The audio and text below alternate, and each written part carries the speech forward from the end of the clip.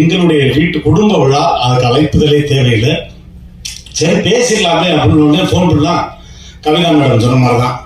அவர் நார்மலாக பேசினாலும் நான் நிறைய பேர் சொல்லியிருக்கேன் உங்களுக்கு. மாப்பிள்ள எங்க இருக்கீங்க? என்ன அந்த அங்கெல்லாம் போயிட்டு இருக்கோம். இல்லை இப்போதான்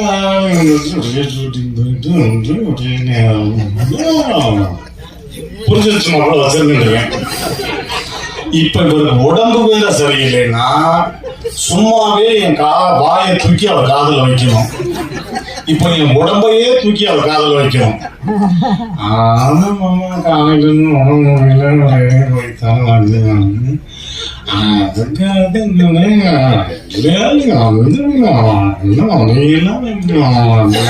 சரி மாப்பிள்ள வந்துடுறேன்னு. அதனால என்னுடைய அன்பு மாப்பிள்ளைக்கு என்னுடைய மனமார்ந்த